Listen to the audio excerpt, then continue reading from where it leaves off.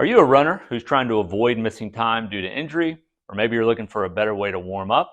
Are you somebody that's right now just walking, but you'd like to start maybe introducing some jogging and eventually running into the equation? Or maybe that you're that person that's the couch to 5K person. You used to run, you haven't run for a long time, and you want to start doing it again.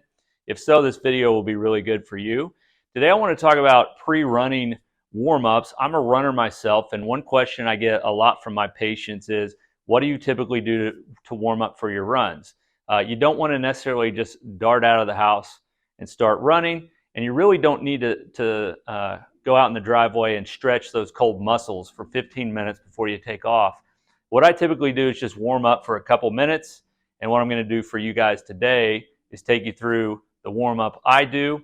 I think it's good because it really warms up the limbs in the motions within the gait cycle, or as you're running, the ranges of motion those joints and muscles, tendons are going to be going through. So it's really simple.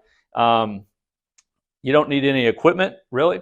So I'm going to walk you through what we do. So you're going to do it one side at a time. You got to do both sides, but for this one I'll start with my right leg. So to start, I'm going to just stabilize my left leg.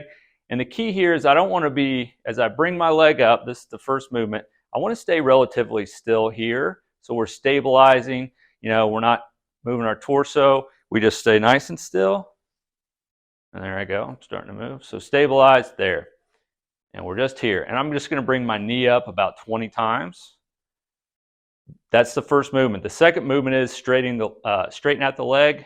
Same movement, 20 times. Again, trying to stay really still here. Third movement is going to be hip extension, bringing that behind me here. I'm getting a little stretch on the front of my hip. Glute activation, you should really feel it here. When I'm here, I actually take my hip extension and I actually go out at an angle a little bit. I just feel like I get a little extra glute activation out of that, so I add that in there. So again, we're starting here, then we're going straight, hip extension, a little bit out to an angle, and then we finish just by doing that whole thing together, keeping nice and straight here. And so I'm doing each one of those movements about 20 times on each side, and then the last thing I do is work in some rotation. So sometimes you need something to hold on when you do this one. I've got a set of steps outside my house, so I'll put my hand on the handrail. But essentially what we want to do here is introduce thoracic or mid-back rotation, because as you run, you're not going to be completely stiff. There's rotation involved. So what we do there is, it's going to be a leg swing with some turn. So stabilizing there, just like that. And as we do it, so this goes forward, the hand goes back, and we want to rotate the chest. And I'm looking at the camera because I want your head to go with your chest. So just like that. And I feel that right in my mid-back.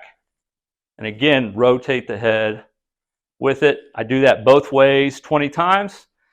It takes about 2.5 minutes total, and then I'm ready to run. That's all I do.